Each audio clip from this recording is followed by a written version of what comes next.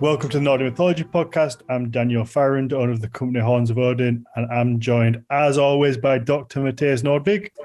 Hello, everybody. This time we're joined by Jannicke Wiese-Hansen, who is a tattoo artist and also just, I would say, generally an artist. You do a lot of other things than tattooing as well. So welcome to the show. Thank you. Yeah, thank you for Happy joining us. We've been trying to get this one together for a little while now. Yeah. I think quite a while. We booked it, and then something happened, and then we had to move it, and then so it's nice to finally get here and get to talk to you, because I do love your art style. Thank you. I do. But before we get into that, we have a little bit of housekeeping announcements, I guess, Mathias, to make things that we're going to do moving forward. Yes. Yeah. So to lead the way. So starting in the new year, what we're going to be doing is that I will cut back on the time on the podcast. So I will be doing bi-weekly episodes, and I will also be throwing up some educational content on the Patreon that we've been that we've been announcing for half a year now. We've been neglectfully kind of. I mean, honestly, it's an equipment issue. We've been waiting for that camera to come back from the repair shop, so that has taken forever. Yeah, that's back now. But no, I think it's no surprise to people that this last year for I think both of us has just been all over. We've been kind of having to survive this last year in many different senses, including the podcast. We've been throwing together episodes where we can. We've both had to move things, and I know with Baby Björn, it's been very difficult to kind of keep on track. So I think, what we're going to do is you're going to do every other week, and we're going to have the fun guests and the artists, the musicians, all the stuff where your knowledge is really known. And then on the opposite weeks, I'm going to sit with a scholar and have a nice conversation. So we're still going to get the weekly episodes out, but then you're going to put out hopefully 2 a month Patreon videos, exclusives. And then Jonas has kindly agreed to come back and do a story time once a month. So we're just kind of tying it all back up, making sure we can keep to what we say and also get things back on Patreon and get things for those people that support us, kind of stuck with us through a very turbulent year, I think. Yes. And Daniel, when is that coconut bikini going to break out? Oh, it came. It has arrived. It arrived today, actually. I think we should do it when it's just me and you, I think. You don't want to some professor from Oxford in on that situation? Come on. I mean, it depends. Okay, it depends. Did you suddenly get shy? I mean, it's going to be recorded anyway, so I don't know. I'm blushing. Find myself a little bit. No, I will. I don't know who we've got next week, but you're lucky, Jannicke. It was almost you. But I just didn't have the time. I missed it. I'll come again next week. Yeah, I'll send you the link, and you can. The coconut bikini. This thing's been haunting me for a long time now, so I'm looking. Hey, you put yourself in that situation, man. I did. That was your choice. If you're not going to be here 50% of the time to keep me on track, I don't know what's going to happen.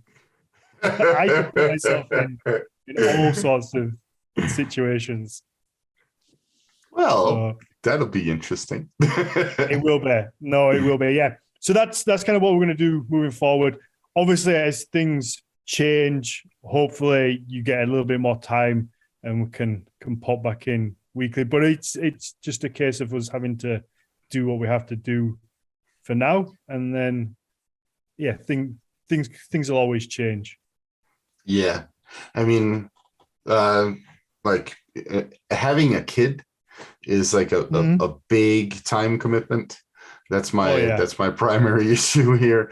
And then, of course, when you live in a country that doesn't have proper childcare as well, then that's another issue. Yeah. No, absolutely. Yeah. And I think maybe, one thing to remember is that me and you, we don't get paid for doing this. Like any money that people kindly give us on Patreon, we either put back into the show for buying new equipment or to pay people behind the scenes to help us produce the stuff and get the stuff put out there. So this is a very time-consuming hobby that we both love to do, but it is time-consuming. So. Yeah. So Willoughby says that they thought that I was wearing an Usher T-shirt for a while here.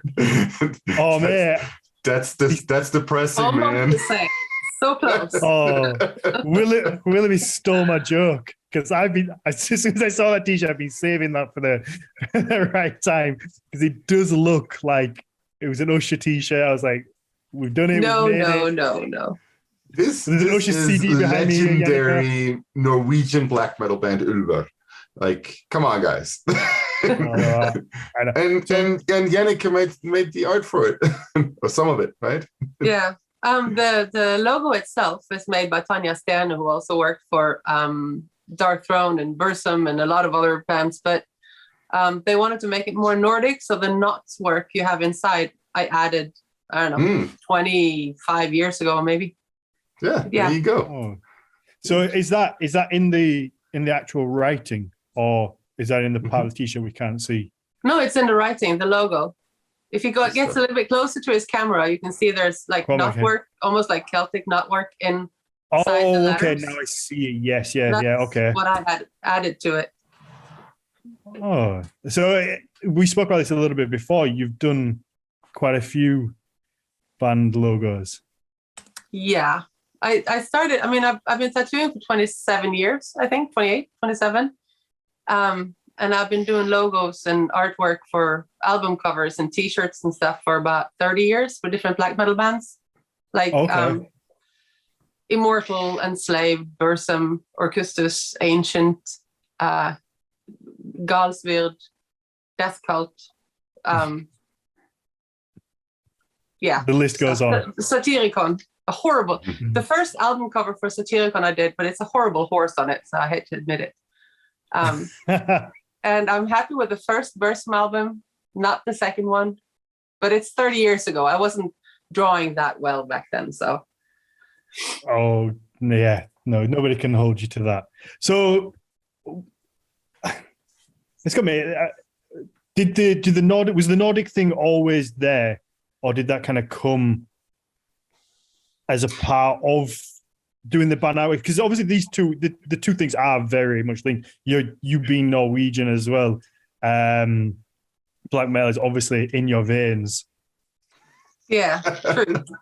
Well, like Enslaved, I did the first logo for them with inverted crosses and everything, and it was much more black metal sounding, but their heart was always Viking. So I did a version that was a logo version that was more Viking after 2 albums, I think.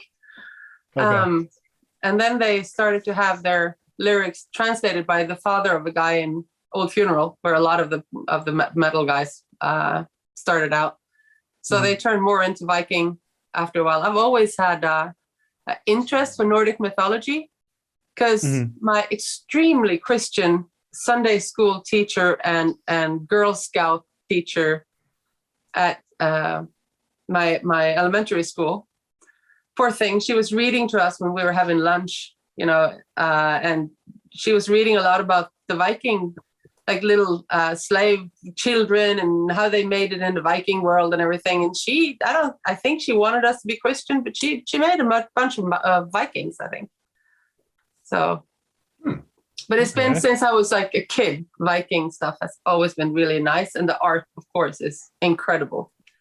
So for me, it's just grown from there. And in black metal, you had some were Vikings, some were Satan, some were fantasy, like Tolkien. Good mix. Yeah. So, are you self-taught when it comes to the art, or because I think no matter the most simple design when it comes to this art style, it especially when it's done well, when it's done by a good artist, it looks really simple and it flows nice, but it's fucking difficult to do. It is so tough. No matter how simple it looks, it's really difficult to do well. Yeah. Well, I've just always been drawing, and I was supposed to do, after high school, I was supposed to go on like drawing or art school. But then I landed a job as a tattoo apprentice, which was so much fun that I kind of just skipped the whole art school thing. So I guess I'm self-taught. Yeah. Yeah. And the whole black metal part was we were hanging out. It was a small scene in Norway back then. I think we were 2 girls, maybe 3 girls into black metal, and the rest were guys, and they're making bands like Immortal and all this. And I have too much stage fright to be on any stage. I'm even like, this is even a little bit scary. So they just, when they were forming bands like Immortal, they were like, oh, we need a logo. And we need it with an inverted cross. And I was like, I don't know how to do that. And they're like, yes, you do. And then I made logos. That's how we got into it all. I was the one that was drawing and they were doing the music. So sometimes that's the best way that things happen. You just kind of, you get bullied into something that maybe you don't know how to do, but you figure it out. And sometimes it takes a little bit of pressure, I think, of been pushed. Yeah. I mean, Immortal was the first logo, like the old Immortal logo. And they're like, well, we like the Mayhem logo. We like the Unleashed, which are 2 amazing logos. And we don't want it to be readable. You should just recognize the concept. And if you're such a noob that you don't really recognize the logo itself, you have to, be reading on the side of the album or the CD to see which band it is. Because the logo was supposed to be an art in itself and recognizable, not necessarily readable. So. Mathias, you're laughing as well. Like, yes. Somebody explain to me what that is.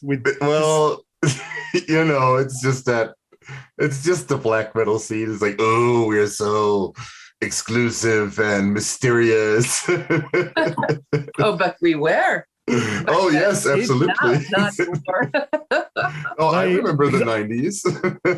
Hey, I have to go and let my dog out for a second or she'll kill me. I'll be back in half a minute. No problem.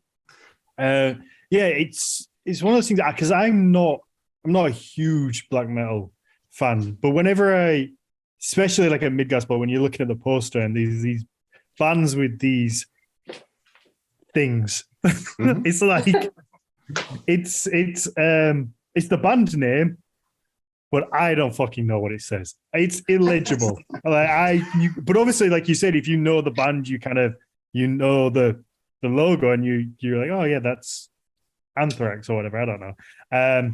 But for me, Anthrax is really readable. Is it really legible? Okay, not that. Give me one that's not. Who? No, Anthrax is really readable. Amazing. Yeah, in the beginning they just wanted, because there was so few black metal bands that they could have the luxury of just making a drawing that they wanted people to recognize. But then it became, a huge scene. So then they kind of had to, be more visible as to who they are, I guess, maybe. Yeah. Or they just grew up. I don't know. That's probably also part of it. I mean, to be fair, most of them nowadays are just hanging out drinking red wine, right? So probably. Well, they're still up in the mountains, so we're good. Yeah.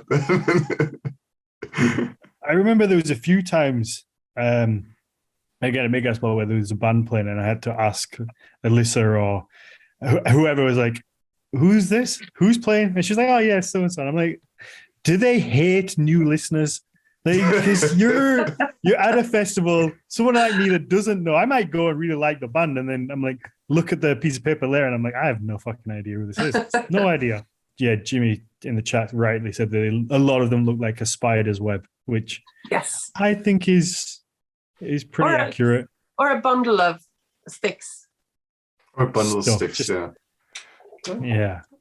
I mean, that's pretty metal. It's very metal. Oh, I had a joke about, well, no, not a joke. I had a comment about a bundle of sticks in England. How you can't say that anymore. If you don't know, you don't know. So so do you know what a bundle of sticks is in English, like in Old English? No. You can't cancel me for this. Nobody cancel me for this, because this is what you call them. This is what you call a bundle of sticks. So I'm going to say it, but don't cancel me, because the precursor is that it's accurate.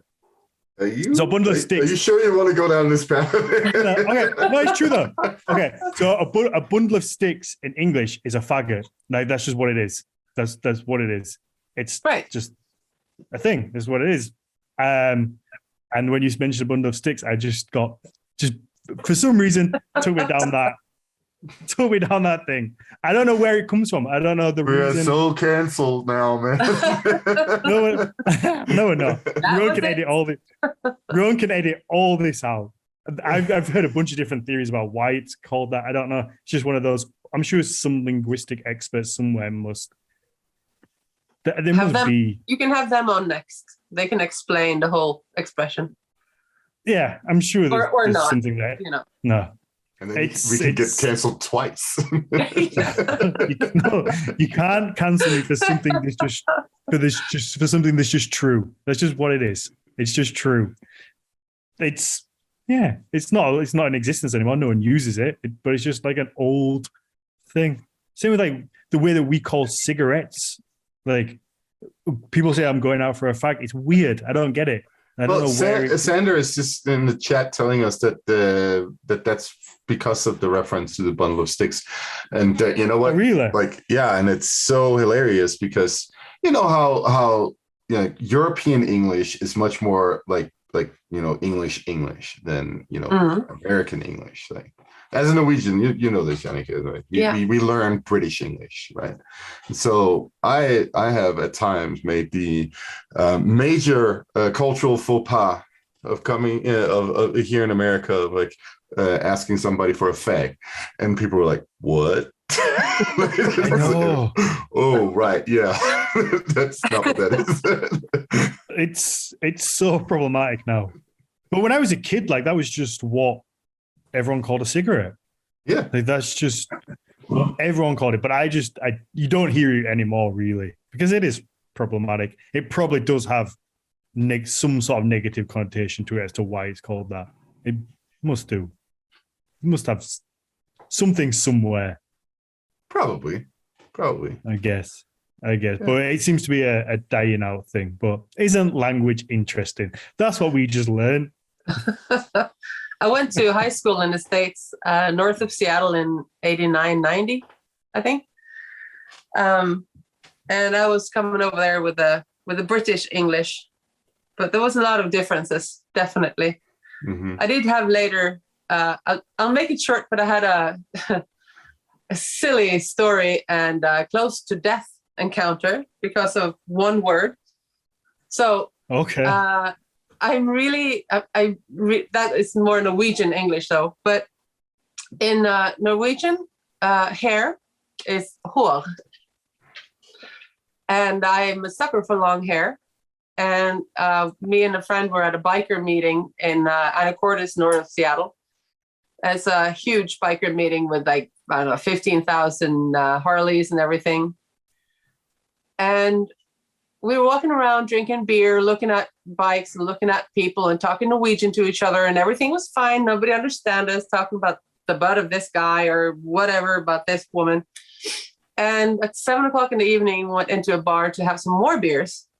And we were talking still Norwegian to each other. It was safe. Nobody understood what we were talking about.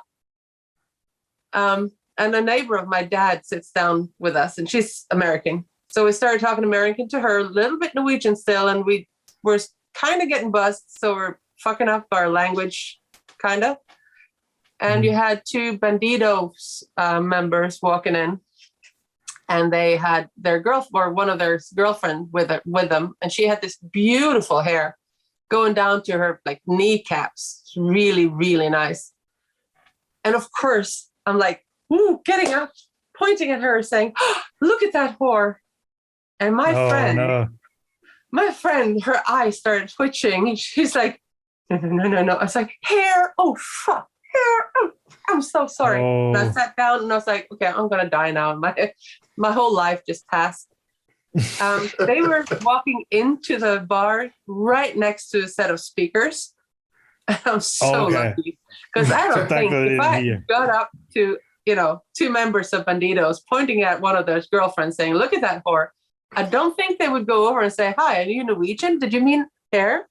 No, I mean, it takes some explaining.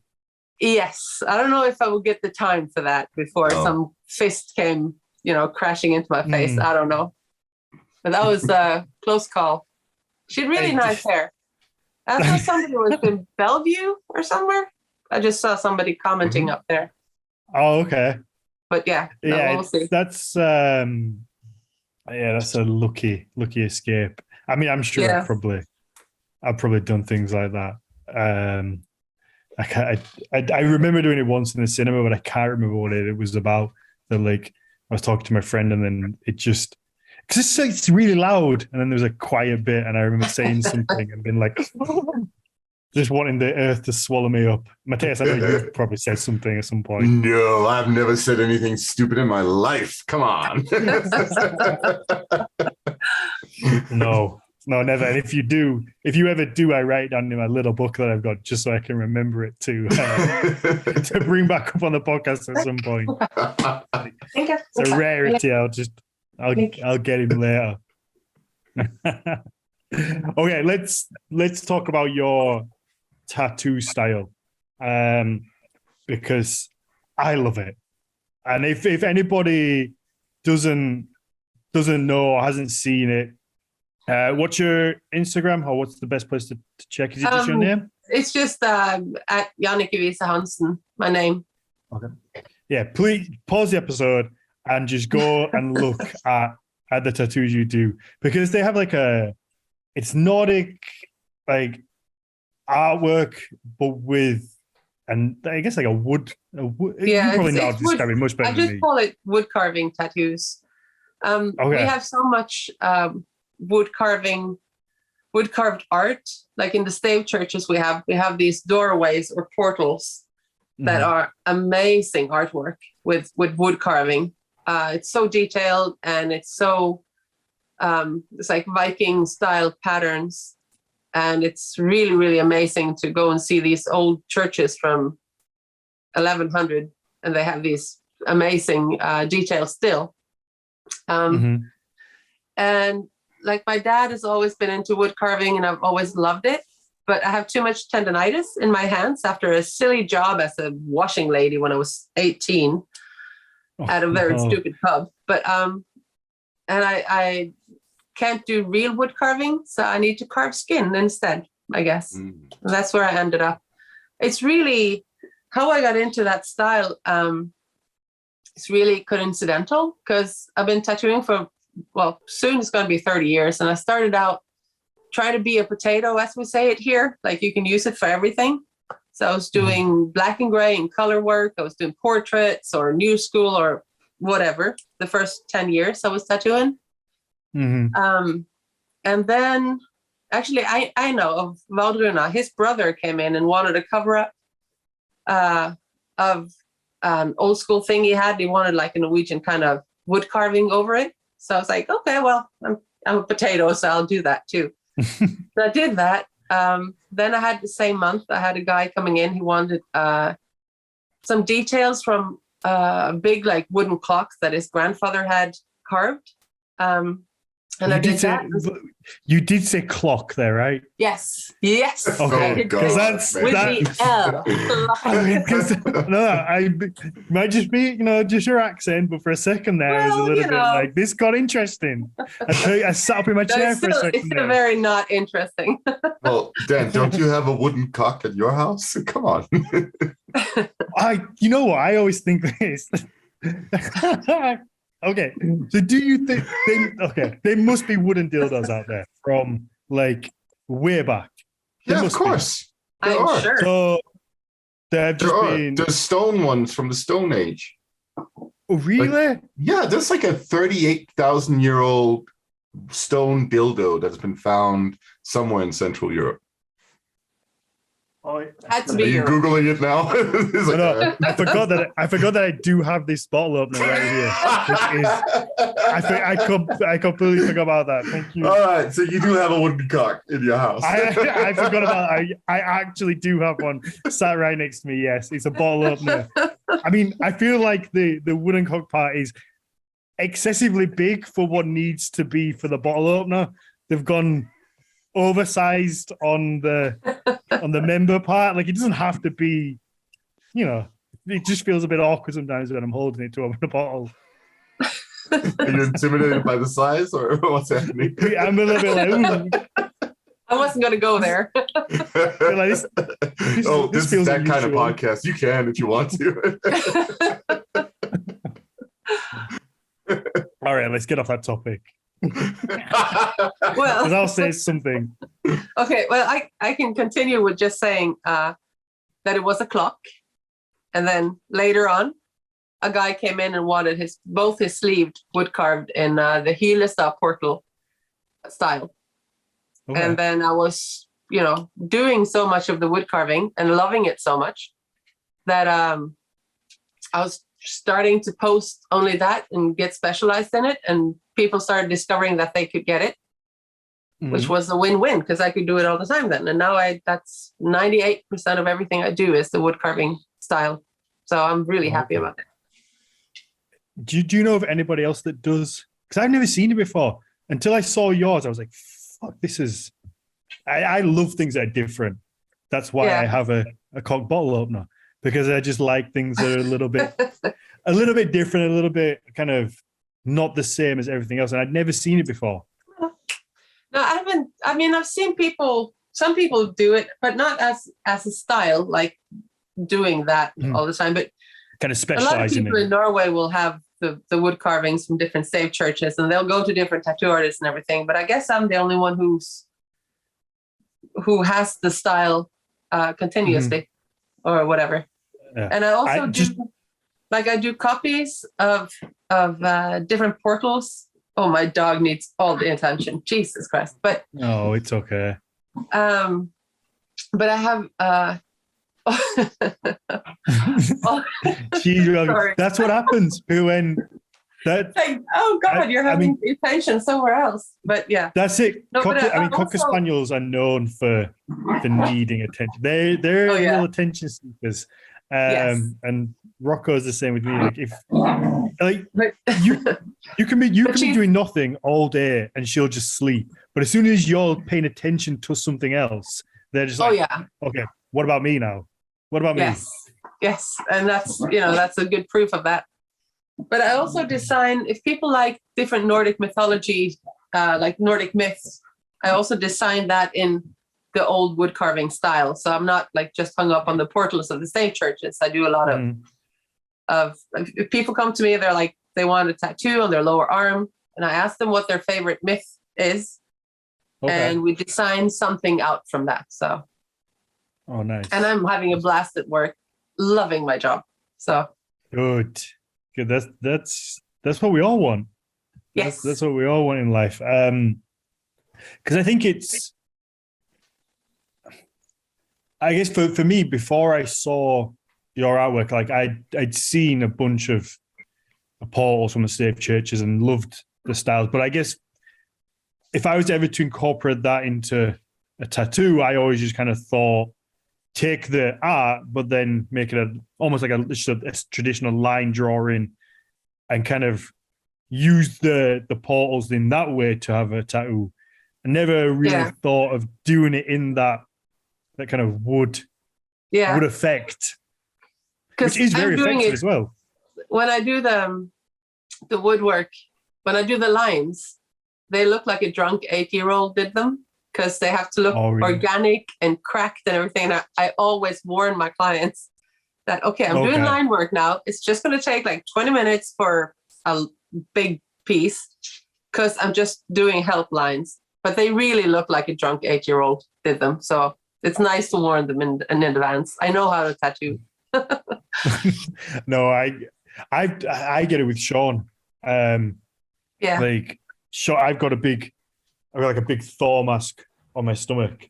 I remember when he was like lining it in very lightly, did all the kind of, so all the lines just were very thin and kind of just, like you say, guidelines. And I'm just looking at it thinking, what's happening here? Like, what's going on? How do you ever make that good? Yeah, I've got all my neck done by him. I love Sean. I trust him. Most of the time I go to him and kind of say, just do whatever you want. So I knew it would become something, but it's so interesting to see kind of the journey of kind of this style. Because do you draw on with markers, or do you stencil? It depends. If people want an exact part of a Stave Church portal, I do stencil, but that's about 3% of my work. The rest, I'm sitting with a marker, because it's so much better for me to do the angles and the muscles and just see how things turn out on different arms. And I know myself, if I make a very detailed sketch, I'm going to use 3 hours on redrawing it after it's up on the arm anyway. So I just kind of stopped doing that and just use my markers and draw on people.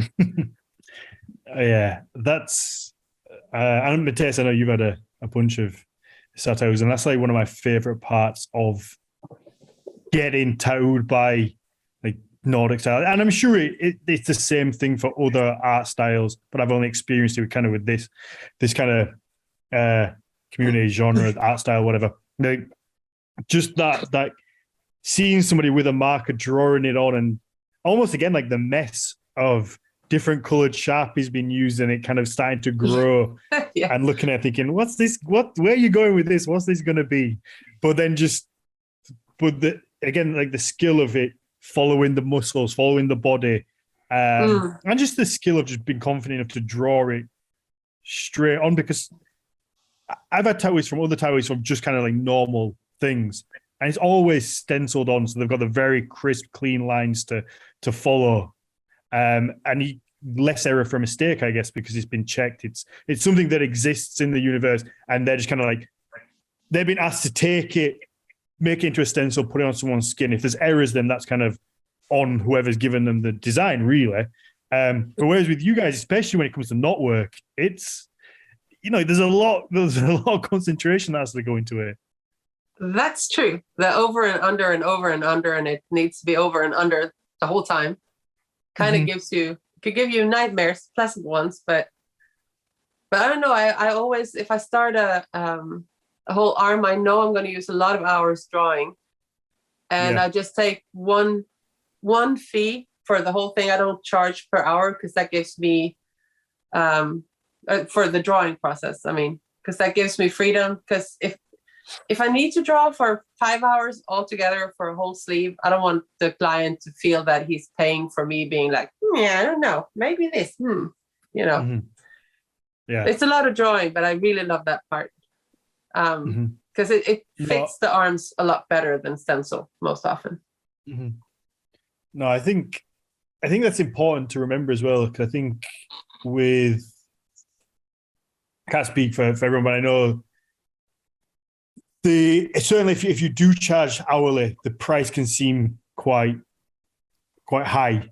It can be quite a high hourly rate, and people don't always understand the process that goes into it, and they look at the hourly rate and go, "Oh, fucking hell, that's a lot." But for a lot of the time, people aren't charging for the time it takes to draw it on. It's the physical tattooing time. So you do have to factor in that if you're getting a sleeve, there's a good few hours of drawing that on and checking it and making sure it's right. And it's not all kind of tattoo time, and that has to be factored into the price. Of course it does. Yeah. I do hourly rate on my tattoos, but I think just the drawing fee is just flat. Like I charge the same as I do for one tattoo hour. That's what I charge for a whole sleeve of drawing. And I don't care if it's 5 hours or how long it takes. It's going to take the time it takes. So, but I'm really, I feel I get to go to work and play every day. We have this 10% rule at studio. which is we try to be mature and adult 10% of the time.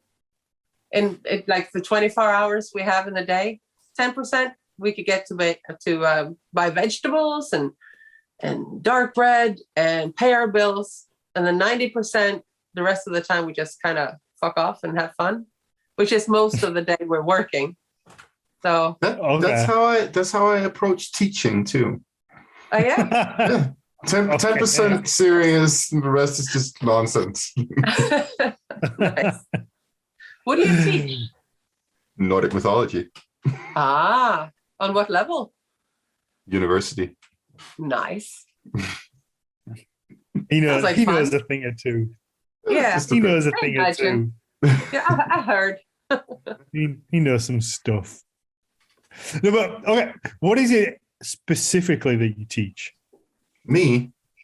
Yeah, because okay, I'm sure I've asked you this a bunch of times, and I'm going to pretend I don't remember, or maybe I don't remember. You'll never know. Yes. Ask him for me. Okay. Yeah. But I guess, do you teach at the minute, like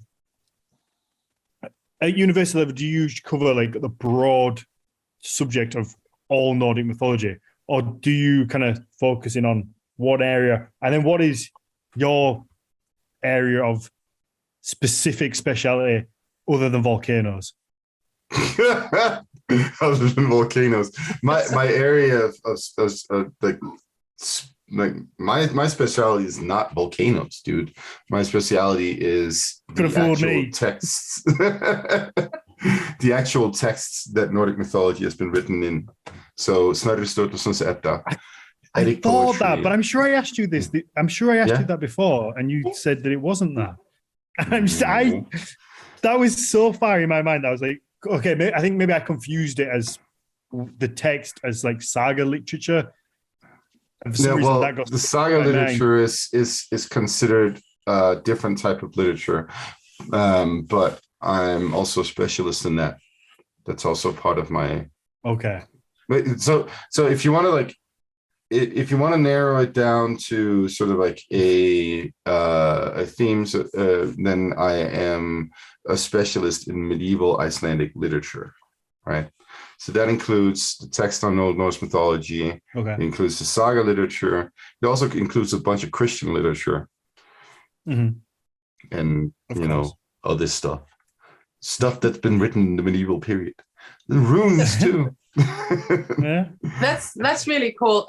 Our shop, Nidhogg Tattoo Studio, is at Bryggen in Bergen, which is a UNESCO heritage site.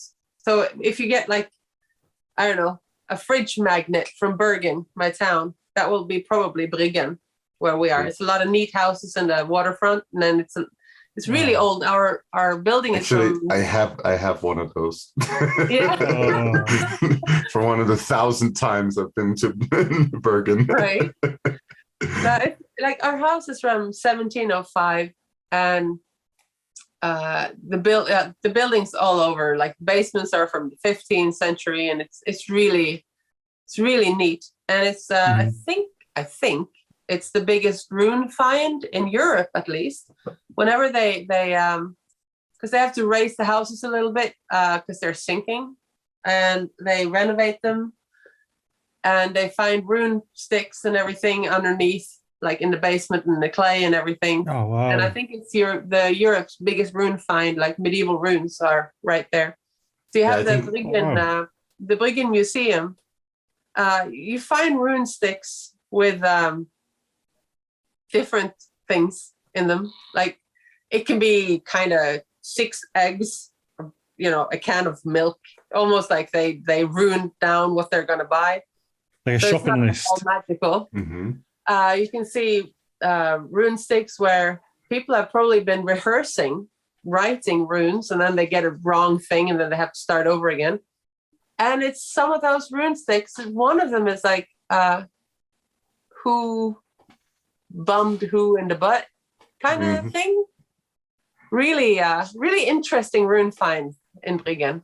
Yep. You can see them all at the museum. So do you think that? I think there are more than 3,000, if I remember correctly. There's also some from Trondheim. I'm hearing you. I just have to let her out again because she's nuts. Okay, no, it's fine. So, Mathias, ones where it's a bit, it's could be slanderous against somebody, particularly at the time period. Like Dave over here had anal sex with Gary. Yes. Do you think that is kind of, have they written that down as slanderous, as kind of almost like when, because yeah, I mean, right. so these runic sticks, right? What they basically tell us is that people were exactly like we are today. Like a lot of the stuff is like basic messages. Like somebody's wife is like mad that he's still sitting at the tavern, so she sends a little boy with a rune stick down, get home from the tavern now, those kinds of things. And then you have like, you're in trouble. Yeah, you're in trouble because I promise you, like the time is taken her to carve that into the wood. It's not like a text. She's carved that in. Man. And the whole time, like, she's not just calmed down. Because a lot of the time you're angry, you just calm down. Like, she's written that and gone, take this to that fucker and get him back here now. And when can you imagine when he's seen that little boy walking in and coming to him with that fucking stick? Because she could have just said to the boy, go tell your dad to get up now. But the stick is the fucking symbol in itself of like, go give him this. And that's when your mom is really calm and she's that's the scary that's one. like the scary part. For sure. There's also complaints, right? You have like there's this one guy who sent a rune stick, so that one came from farther south, because that's what it says in there. It's like and he's like, dude, it sucks down here, send me fish and beer. Like he goes on a rant about how it's just like shitty for some reason, that there's like some kind of dispute over who's owed what and those kinds of things. So it's like he said that rune stick, and then you also get, of course, the loot stuff. Now, one of the curious things is that I don't actually remember any inscriptions that go straight up just dick like you get it on bathroom stalls today, but that's what I was going to ask next, actually, about bathroom stalls, because I know is that and I wanted to know, is that a thing for women as well? Because what we do get are little carvings that says futh, which means pussy. So there's a lot of those from like the Viking age and from the medieval period. But when fichte, like in Norwegian, but just when you say, I've always wondered this, when you say like it says pussy, like, does it say, did they use that word, or does it just say vagina and we're in a modern way saying it says pussy? Well, we have this widespread vocabulary apparently for genitals. Back in the day, people had one or two words for the same thing. No, that's what I mean. So it doesn't. That's what I guess I was wondering, whether they used the word pussy, whether that was actually a word. What do you mean then. by that? Like the word, the modern English word pussy? Yeah. As in the actual, did they have like a slang word? They probably had a slang word or two. Like, okay, but it wasn't. I would not know. I don't know. But the word you said, what was that? Futh. Futh. Because in Norwegian, pussy is fitte. So that would make more connection. No, I think actually that word is derived from. Now it's going to get interesting. That word is derived from an old dialect word, if I remember correctly. Yeah. Because it's the same as the Danish fisse, and that actually comes from a word for rubbing. So the whole rubbing part of things, right? Yes, and I'm not sure that food has the same origin. So but I can't. I would need to look in a dictionary to Well, verify next time. Do it in the coconut bikini episode. Yes. That's a proper place for it. You're just giving me an idea. You're giving me an idea. I mean, do we want to know the idea? Yeah, of course. Of course. Everybody wants to know. I mean, I don't know if everybody does want to know what goes on in my head, but I think so. We've got people to keep listening. We should do, if people are happy to wait, we should squeeze this in where we get maybe me, you, Christmas special. Me, you, Mathias, Jonas, and Ed, the four of us. We pick a time when we can drink beer. I'll wear the coconut bikini, and then we look through rune sticks. So that'll be a time that's either on the back end of a really long bender for you guys, since that's you're fine. 8 hours ahead of me, or I'm getting like seriously day drunk very early. No, we'll do ours. We'll record late here, like midnight. Okay. So that's like, and then we'll just go through the rune sticks and like the hilarious ones, and we'll just have I was gonna say have a gay old time, as in just have a laugh. I don't know why that fucking came to my head, but just have a laugh, have fun. That comes from that. That's the Flintstones' fault, is that? Because that used to be in the Flintstones. That's why I had. That's why that phrase came. It's that's because why that it's phrase ancient came to my and mind. it's old times. Yes. Yeah, it's just a happy old time. So we should just have a good laugh. The four of us. I'm saying it in stone. We're doing it. We're doing it. All right. Yeah, no, I think it would be good because I was thinking we should do an episode on the rune sticks and kind of just read through a lot of the fun ones. But I think that would be a good opportunity. Yeah. I mean, somebody would have to do the work to dig out all the fun ones out of those 3,000 and something ones that exist out there. I mean, I can do Bergen, and I know there are some juicy ones there. There are. Okay. Yeah, we can do it. Christmas special, that's what we're doing it. Literally before the show, you said to me, we can't promise stuff that we're not going to do. And then now, on the show, I'm just like, fuck it. I'm just going to say what we're doing. We're doing this. We're doing this. Are we going to be wearing the coconut bikinis then? I've got mine. If you're happy, I'll buy you one and send you it. I mean, I'll never say no to a coconut bikini. Okay. That's the Christmas special. Coconut bikinis are happening. I'm going to buy Ed one. I'm going to buy Jonas one. All four of us are just going to be, it's going to be mayhem. All right. Because I feel like me and Ed did an episode last week, and it was just me and Ed. And surprisingly, I'm starting to think, Mathias, you might be the bad influence. Because me and Ed were very serious. We had some really serious, deep conversations. It didn't go weird. It didn't go off the wall. I like the sound of that. I really do hope that I'm the bad influence. So I think maybe you're the bad influence in all of this, and then we owe chaotic Ed to people.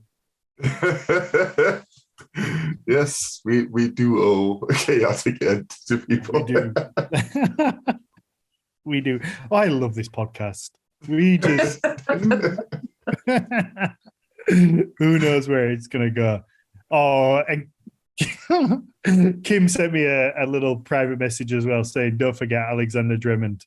Because that's true. Yes, he obviously wants to see Alex in a bikini. Which I mean, the world needs that. Yeah, I'll ask him the question. I'll see what he says. And I think we'd all quite like that. Just get Sean in the coconut bikini. You'll find. Oh yeah, he would fit well in the coconut bikini too. I tried to talk to him next week about a coconut bikini. Yeah, absolutely. We need to get Sean back on. We haven't had Sean on for it's been a while. Mm-hmm. I'll kick him a little bit. Yeah, absolutely. Yes. Yeah, absolutely. Okay, I'm gonna have to wrap this up because I need to go watch England play football against Wales. Oh, it's the World Cup. Is it bad if I'm rooting for Wales? Yeah, of course it is. Oh, okay. Terrible. Is it bad if I don't care? No, I don't. No. There's been a lot of. Go on, sorry. Actually, I lived in Treforest, right between Treforest and Pontypridd. Oh, nice. For a while in 2007. It was very interesting because everybody was called David, Dave, D, or the equivalent. And I think Yoda is from Wales, the Valleys, because he talks kind of the same. And I must say, I loved every minute of living in Wales. Really. Mm-hmm. So it is a beautiful place.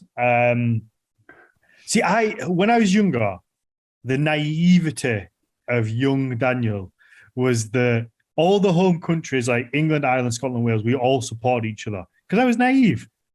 That's like Scandinavia, Norway, Sweden. We don't. Yeah. No, as an Englishman, I was like, I always support Scotland, Ireland, Wales in everything.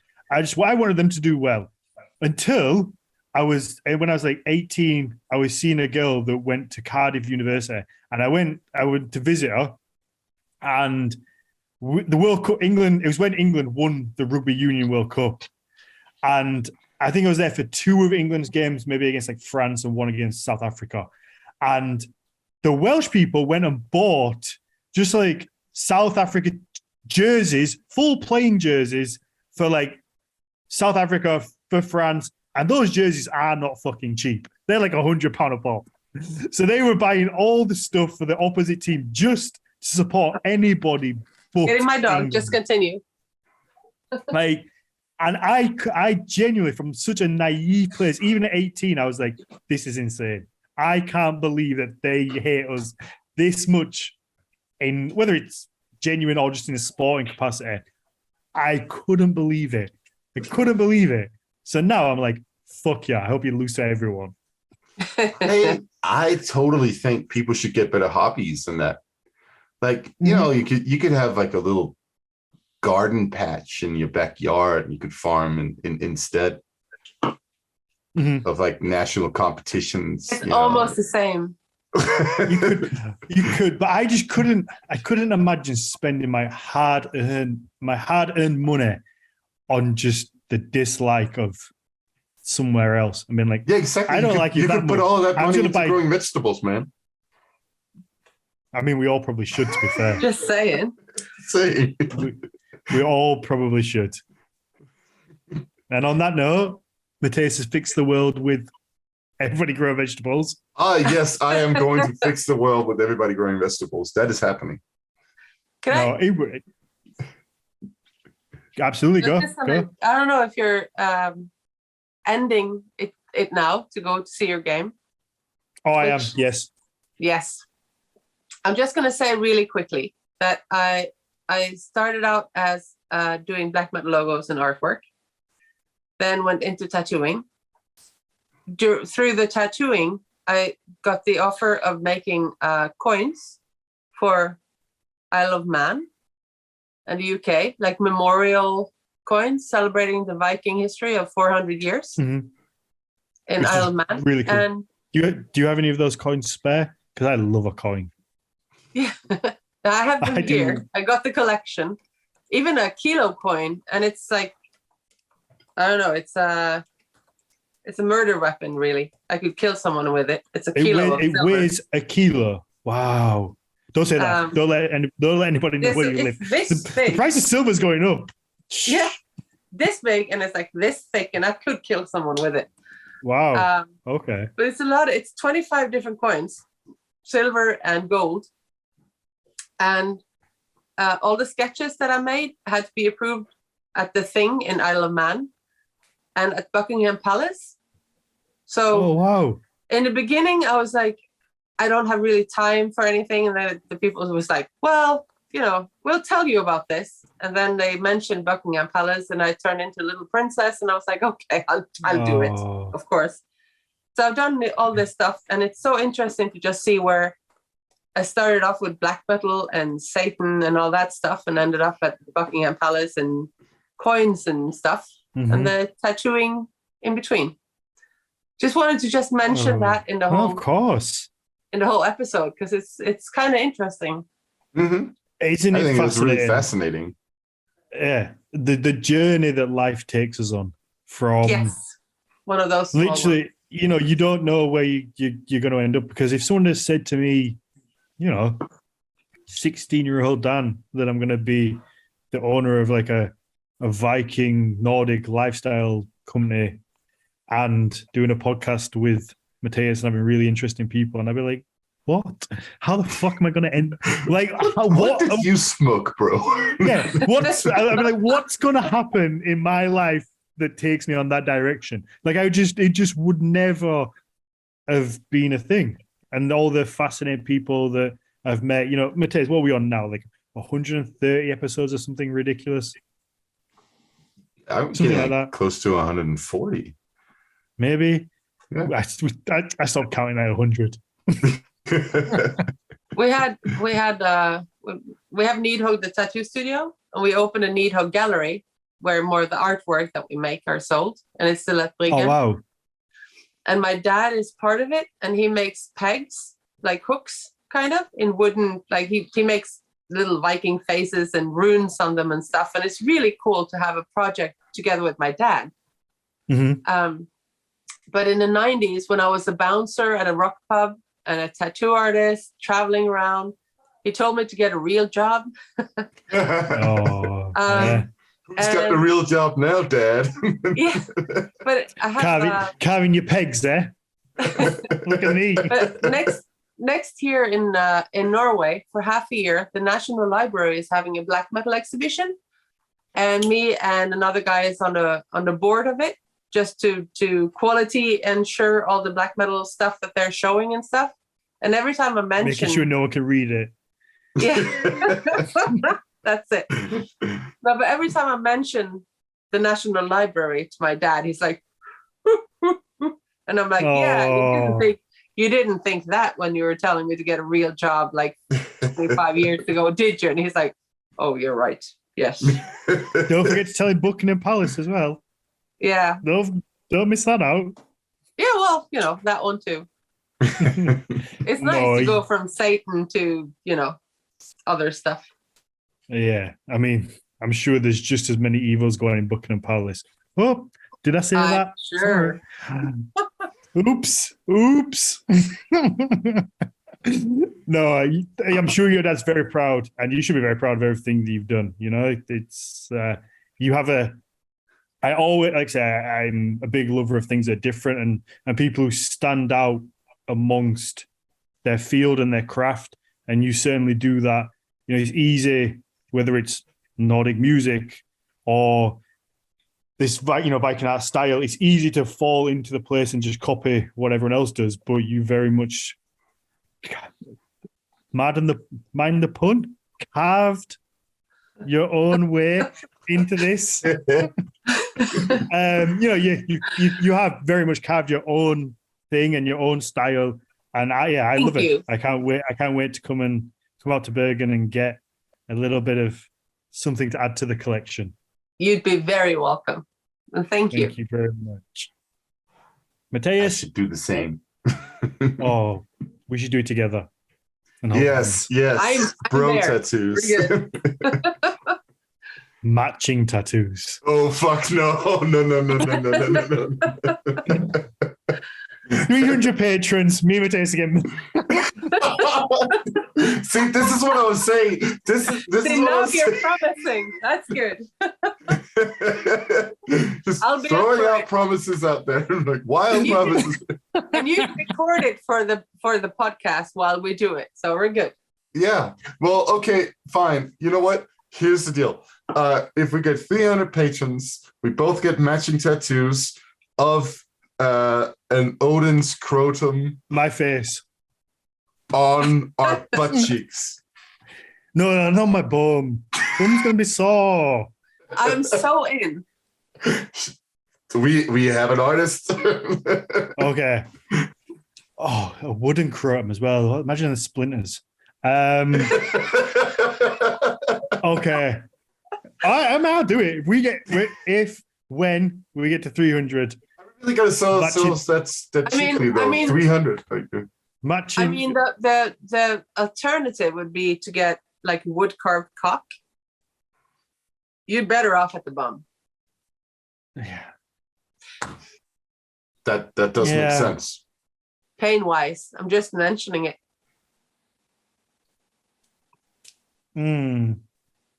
Yeah. Okay. You're really going over this. This is the deepest you've seen me think. Think about getting a wooden cock on my bum. That's the hardest I've thought in 140 episodes. Whether I want to commit to that. Yeah, sure, why not? Why not? I don't have any tattoos on my ass. None. No, me neither. I mean, you got to start somewhere. Fuck's sake. With the ass tattoos. Always up on them after. Okay, no, we'll do it. We're still only around like 200 and something. So, but the thing is, I said this about the coconut bikini, and then it fucking happened. So, yeah, and you didn't deliver. You didn't deliver on the coconut bikini. Yes. Yes. People, and we, in our defense, there's been a fucking lot of stuff going on this year. We've had a lot of stuff happening. So, thankfully that's kind of all in the past now and we're moving forward. But, we settled that. Christmas episode, coconut bikini, broomsticks, done, sorted.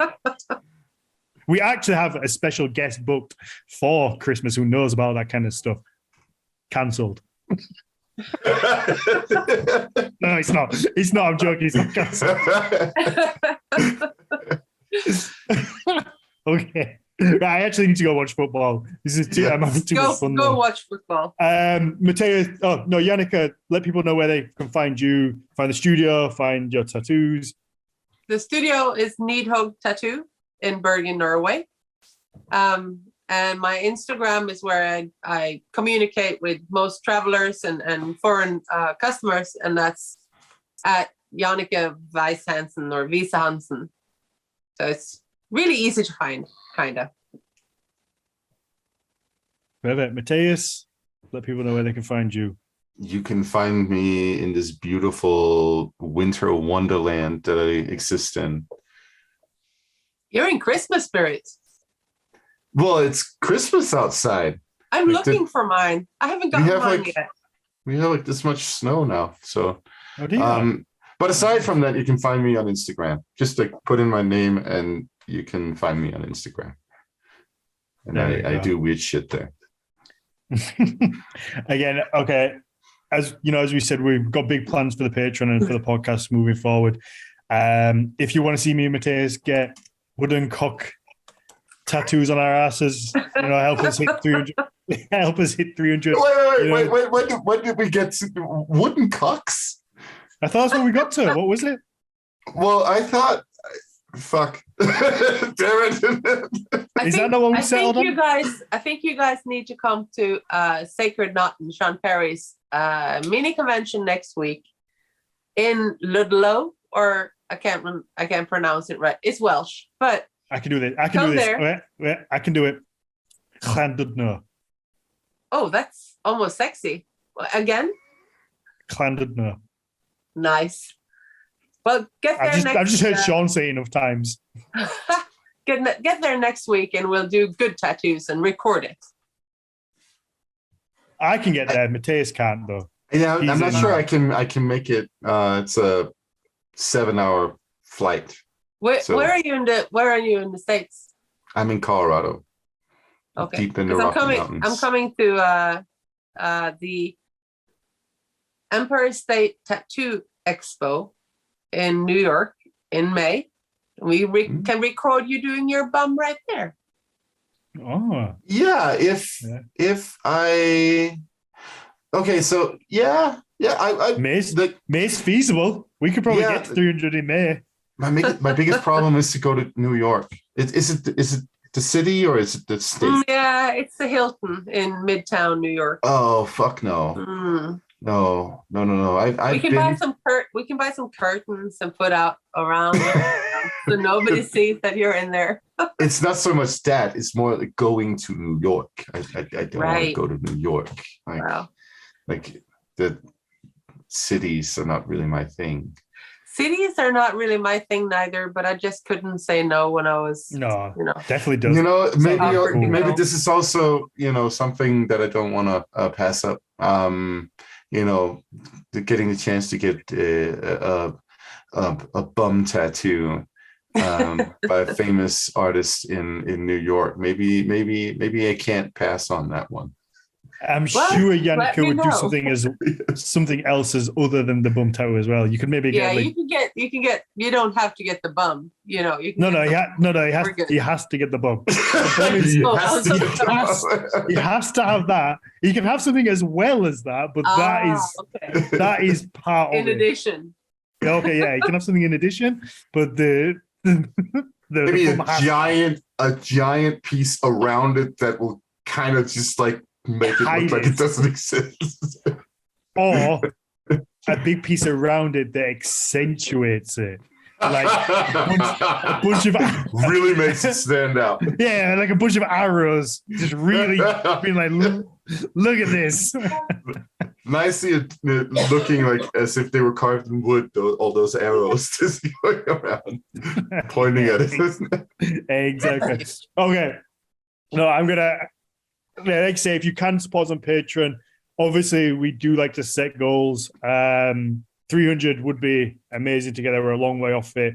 We are going to get back to putting out regular content on there. Things have just been, like I say, wild. I know we've said it a bunch of times, but we really are kind of getting back to being able to put that extra stuff out.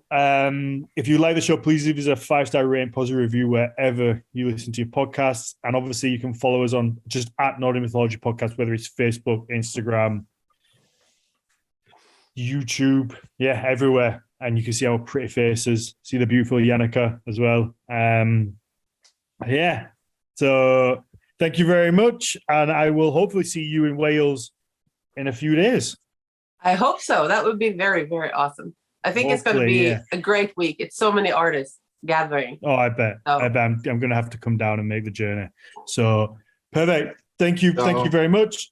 Thank you for having me. It's really nice. Anytime. You're welcome back anytime.